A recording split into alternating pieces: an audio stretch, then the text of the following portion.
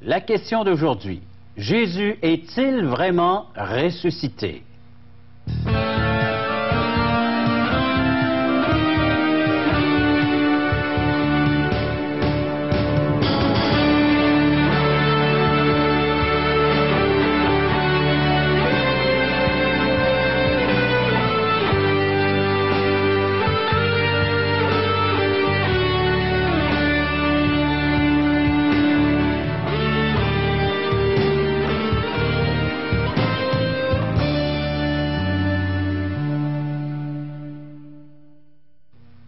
Mesdames, Messieurs, bonjour, bienvenue à l'émission Parole vivante. Que nous réserve cette prochaine demi-heure? Bien, nous allons être en bonne compagnie. Nous allons être avec un invité, tout d'abord, qui va répondre à la question du jour. Jésus est-il vraiment ressuscité? Nous aurons le plaisir d'accueillir à nos studios M. René Labbé, pasteur de l'Église baptiste évangélique de Beauport et professeur à l'École biblique à Québec. En plus, vous allez entendre également un chant qui va nous apporter à la réflexion sur le thème d'aujourd'hui. Et également une belle visite sur la rive sud de Québec, plus précisément à Saint-Jean-Chrysostome, pour visiter l'Assemblée chrétienne de la région, de cette localité. Alors donc, nous allons faire une visite, il va sans dire, à travers les églises évangéliques de la belle région de Québec, mais cette fois-ci, dans cette émission, ce sera Saint-Jean-Chrysostome. Vous pouvez également nous faire part de vos commentaires, de vos questions. Vous êtes invités, oui, à nous faire part de vos réactions suite à ce que vous entendez, à ce que vous voyez dans le cadre des émissions Paroles vivantes. Vous le faites par téléphone, 1-877-537-7647, 1-877-l'Espoir ou www.espoir.ca. Et par le fait même, vous pouvez nous faire la demande de certaines littératures qu'on offre tout à fait gratuitement. C'est un cadeau qu'on veut vous offrir. Entre autres, questions existentielles. Dieu existe-t-il? Et moi, qui suis-je? Alors, les réponses dans ce fascicule avec, il va sans dire, les références bibliques. Vous avez également un tract qui parle de l'espoir. Aujourd'hui, l'espoir, c'est Jésus seul. Ce sont des textes, uniquement des textes de la Bible. Alors, Bible en main, vous pouvez là aussi aller vérifier et faire ces lectures. Et si vous n'avez pas en votre possession une portion de la Bible, soit de l'Ancien ou du Nouveau Testament, nous vous offrons gratuitement un évangile de Jean. Évangile, bonne nouvelle, c'est ce que ça veut dire, l'évangile selon Jean, alors en rapport avec l'enseignement et la personne et l'œuvre du Seigneur Jésus-Christ. Je me tourne vers notre invité, M. Labbé. Comment allez-vous aborder, comment vas-tu aborder, René, cette prochaine question? Jésus est-il vraiment ressuscité? Notre mot-clé aujourd'hui, c'est cette notion de résurrection. La résurrection, est-ce qu'elle existe? Est-ce qu'elle est possible? Et Jésus, lui, est-il ressuscité? Je pense que c'est l'été présentement. Il y a des gens qui vont visiter toutes sortes de lieux importants. Beaucoup vont visiter des tombeaux. Oui. Ici, là, des grands maîtres de l'histoire ont passé, ont fait des enseignements, ils ont vécu, ils sont morts, et leur tombeau est plein encore. Alors, ils vont les visiter. J'ai eu le privilège, il y a quelques années, d'aller en Israël. La Terre Sainte. La Terre Sainte. Et j'ai été visiter aussi le tombeau, soi-disant, en tout cas, de Jésus-Christ. Et j'ai même pas été surpris. Il était vide. Ni déçu. Ni déçu, c'est exactement. J'ai appris que Jésus était non seulement mort, enseveli, mais il était ressuscité. Il était vivant. Et tu as bel et bien trouvé un sépulcre ou un tombeau vide. Vide. Et c'est la clé, le fondement du christianisme, la crédibilité du christianisme est attachée à la notion de la résurrection. Alors cet après-midi, aujourd'hui, on va prendre un temps pour regarder des évidences en ce qui concerne la résurrection de Jésus. Merci René. Bible en main, vous regardez, vous écoutez l'émission Parole vivante. Parole vivante vous invite à participer à l'un des nombreux merveilleux déjeuners de l'espoir.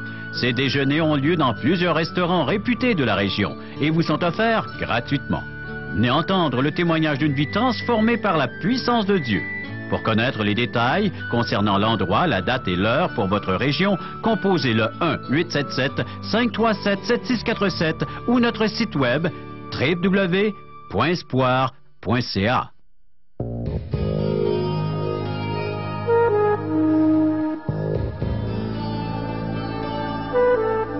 Nous en sommes, chers amis, au cœur de cette émission, c'est-à-dire l'heure de répondre à la grande question: Jésus a-t-il vraiment ressuscité? Est-il vivant encore aujourd'hui? René, C'est la question à laquelle on aimerait que tu y répondes. Oui. Bien, c'est une question importante, hein, la notion de la résurrection. En fait, tout le christianisme est basé, toute la crédibilité du christianisme est basée sur ce fait. Jésus est-il ressuscité des morts? Si c'est vrai que Jésus est ressuscité des morts, alors tout ce qu'il a dit, tout ce qu'il a fait, trouve sa preuve dans le fait qu'il soit ressuscité. Autrement dit, c'est la preuve des preuves, la résurrection de Jésus. La résurrection de Jésus fait du christianisme une religion vraie plutôt qu'une philosophie basée sur des connaissances sans expérience. La résurrection de Jésus manifeste que le christianisme est parfaitement crédible. C'est la crédibilité, cet événement unique dans l'histoire nous manifeste la crédibilité du christianisme. C'est la question fondamentale.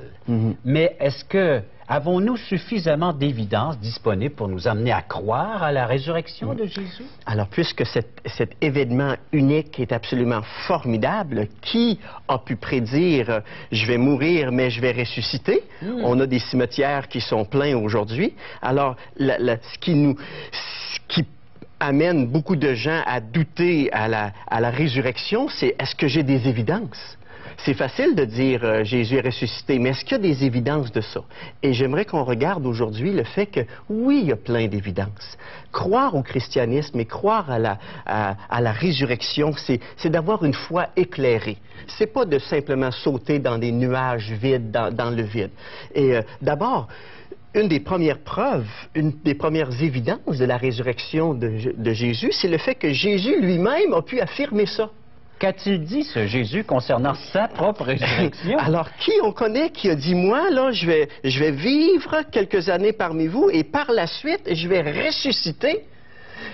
Au tout début de son ministère, Jésus disait, on trouve cette histoire dans l'Évangile de Jean, si vous voulez tourner à la maison dans l'Évangile de Jean, au chapitre 2, les versets 19 à 21, Jésus commençait à faire des miracles et il disait, fais-nous un miracle. Et Jésus, dans Jean chapitre 2, à partir du verset 19, il leur montre le miracle ultime qu'il allait produire quelque temps plus tard. Il leur dit, je vais ressusciter des morts. Il leur dit en d'autres mots, Jean chapitre 2, verset 19, ça dit ceci. Jésus leur répondit, détruisez ce temple et en 3 jours, je le relèverai. Les Juifs dirent, il a fallu 46 ans pour bâtir ce temple et toi, en 3 jours, tu le relèveras? Eux regardaient l'aspect physique de ce beau bâtiment qui avait pris 46 ans à bâtir, pierre sur pierre.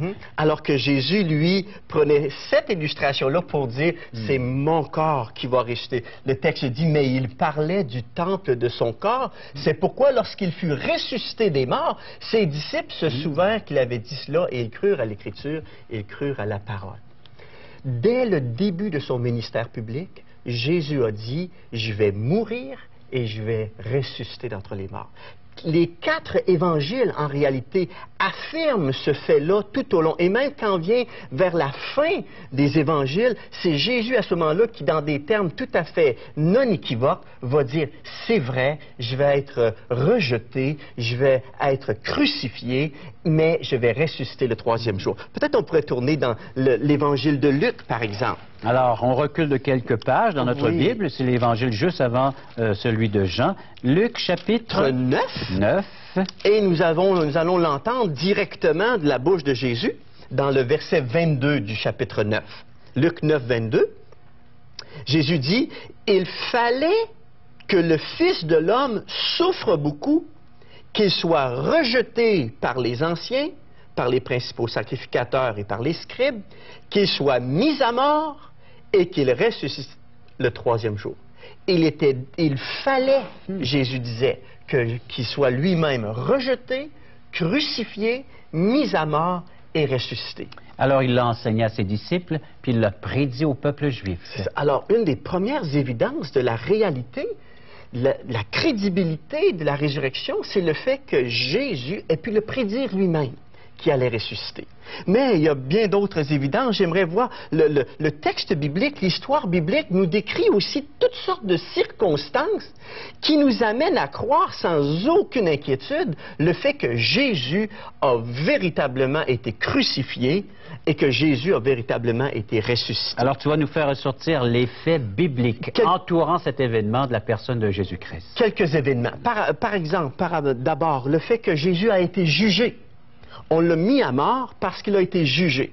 La Bible nous mentionne 5 dirigeants qui ont effectivement jugé Jésus. Il s'est promené d'une cour à une autre cour de justice. Quand on lit le passage de la Passion, on le voit transporter entre Anne, Caïphe, le Sanhédrin, Hérode, et ensuite avec Pilate, qui tous ensemble s'en lavent les mains, mais le résultat demeure le même. On le juge à ce qu'il soit mis à mort. Et il a été crucifié avec la méthode la plus cruelle, la méthode qui ne donnait pas d'excuses. Les gens qui étaient crucifiés, ils mouraient. La peine de mort de ce temps, la crucifixion. Et c'était une mort sûre.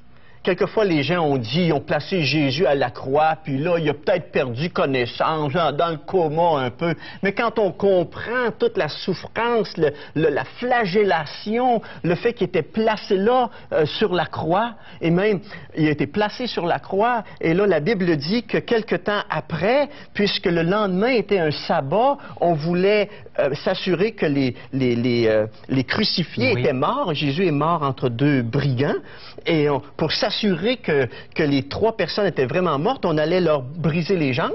On brise les jambes des 2 larrons, on arrive à Jésus, le soldat réalise, il est mort, plus rien à faire.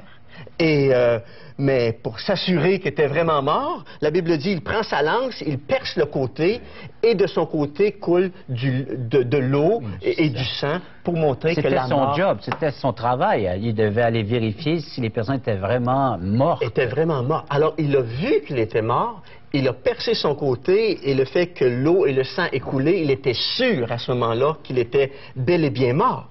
Jésus est mort. Ça, c'est certain.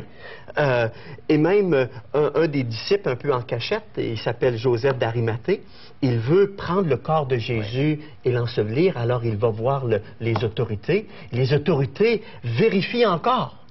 Et ils envoient un soldat pour voir est-ce que Jésus est vraiment mort. Et le soldat revient et dit oui, Jésus est vraiment mort. Alors là, il laisse Joseph d'Arimathée prendre le corps et le placer dans un tombeau.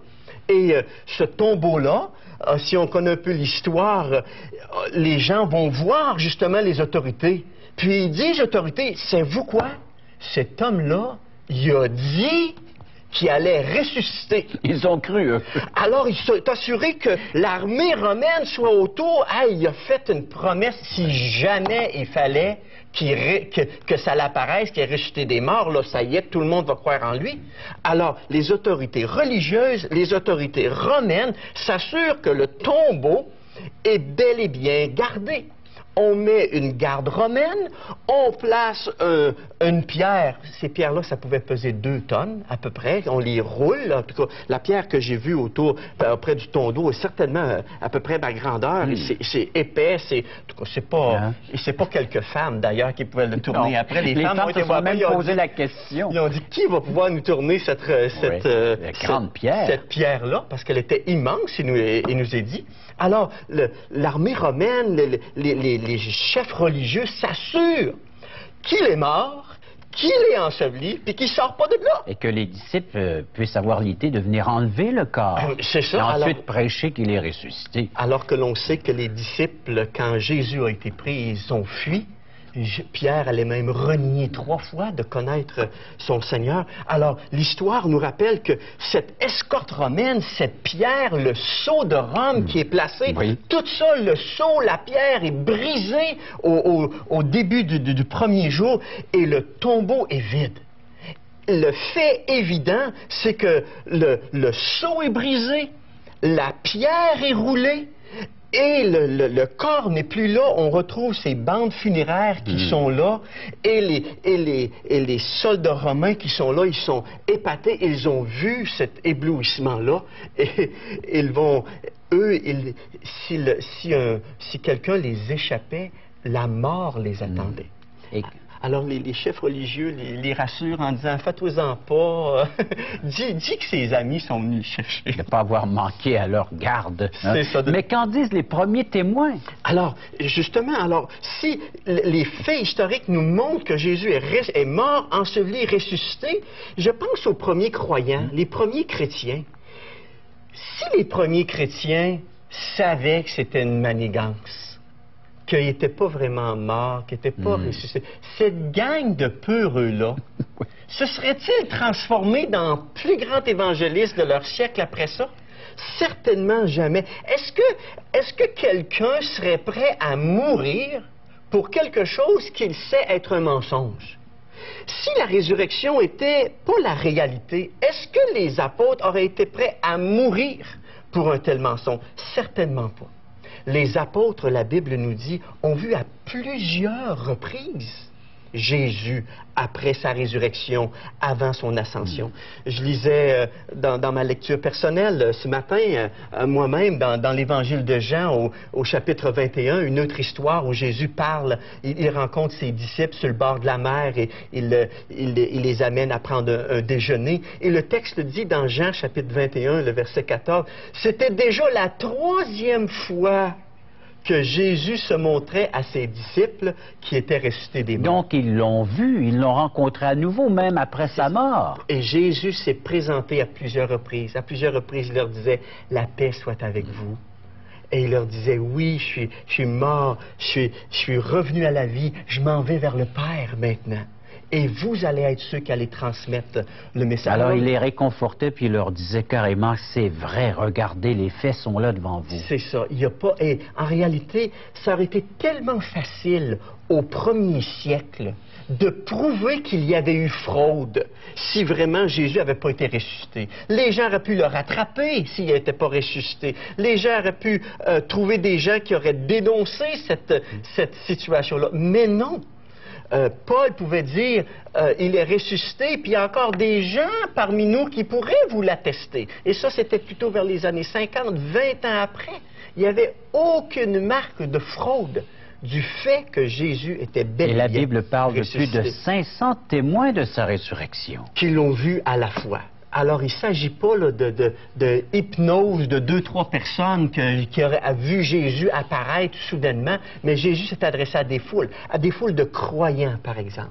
Jésus n'est apparu qu'aux personnes qui avaient placé leur confiance en lui après sa résurrection. Et l'histoire, elle, que nous raconte-t-elle? À travers l'histoire, on peut voir les preuves qui soient littéraires, qui soient archéologiques, qui soient des témoins sincères, qui ont regardé les événements, qui ont sondé soit les Écritures ou l'histoire. Et les personnes sincères, je pense bien, les personnes qui sont neutres à la recherche, ne peut pas faire autre chose que te dire c'est un fait des mieux établis, la résurrection de Jésus.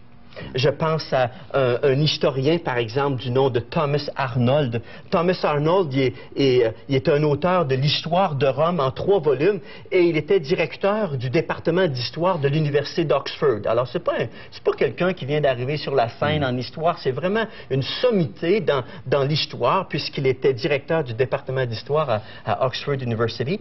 Et il affirme, lui, ceci. Il dit « J'ai servi pendant des années à étudier les histoires des temps passés et à examiner le poids de leurs évidences.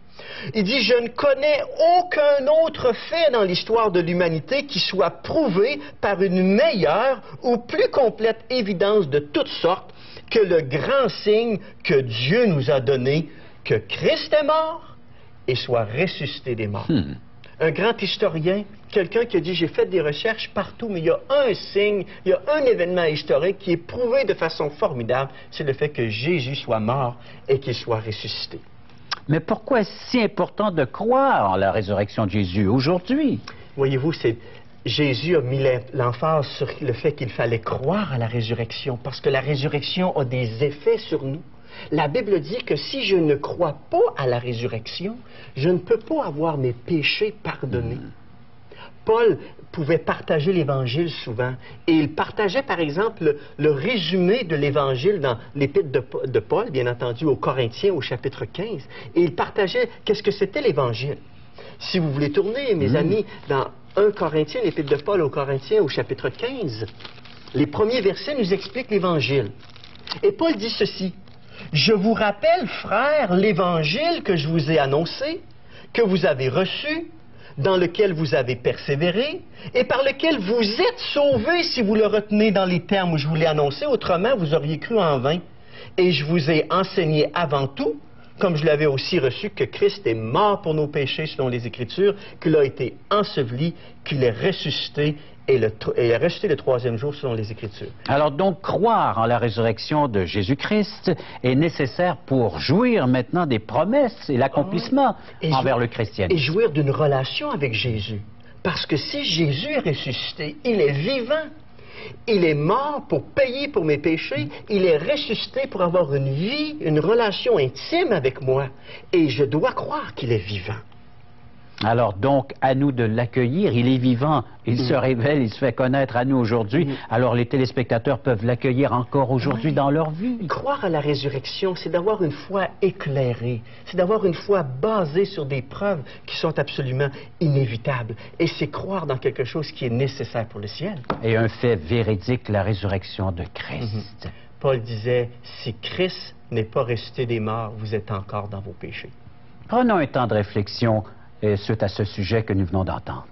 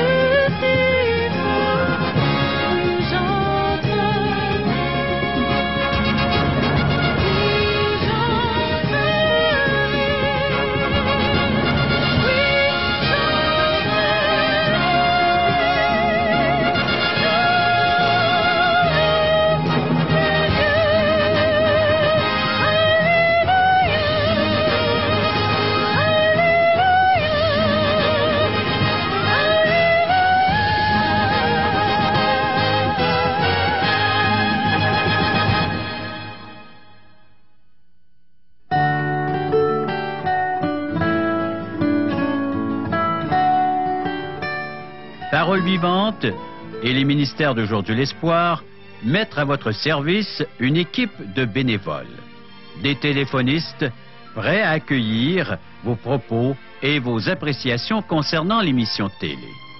Vous n'avez qu'à composer le numéro de téléphone suivant: 1-877 l'Espoir, 1-877-537-7647. Ces personnes sont disponibles à porter une attention toute particulière à vos propos. Vous avez des commentaires à nous faire? Faites-nous le savoir. Venez partager avec nous ce que vous avez à cœur. Vous portez peut-être des fardeaux trop lourds. Venez les partager avec nous. Nous sommes prêts à les accueillir, à les recevoir et à partager avec vous vos problèmes, à trouver ensemble des solutions. Vous avez peut-être des requêtes spéciales à formuler auprès de notre Dieu. Eh bien, nous vous invitons là aussi à venir partager ces requêtes avec cette équipe de téléphonistes. Une oreille attentive, prêt à écouter tout ce que vous vivez présentement. Des peines, vous vivez peut-être le deuil, la souffrance. Venez, nous vous invitons à venir faire entendre le cri de votre cœur, des oreilles attentives, prêtes à recevoir tout ce que vous portez présentement sur votre âme. Revoici à nouveau notre numéro de téléphone pour nous faire part de vos commentaires. 1-877 l'Espoir, 1-877-537-7647.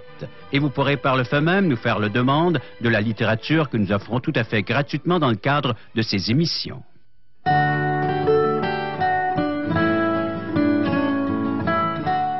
Vous êtes cordialement invités à assister à un merveilleux déjeuner de l'espoir qui aura lieu au restaurant Thomas Tam, 5233 boulevard Amel, Les Saules. C'est gratuit. Allez entendre un merveilleux témoignage d'une vie transformée par la puissance de Dieu. Parole vivante, la Bible, la parole de Dieu. La parole est vivante, les chrétiens sont vivants. Jésus-Christ est vivant, n'est-ce pas, René? Amen. Jésus est ressuscité. La Bible affirme, confirme cette vérité. Oui, Jésus a promis qu'il allait mourir et qu'il ressusciterait le troisième jour. Il l'a fait. Mais savez-vous que Jésus, avant de mourir, il a fait une autre promesse? Il a dit, je reviendrai.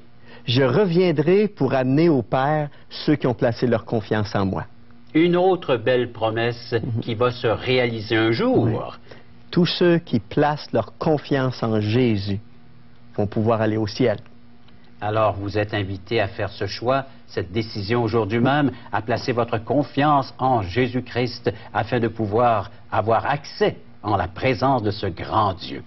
On se dit au revoir à la prochaine émission de Parole vivante.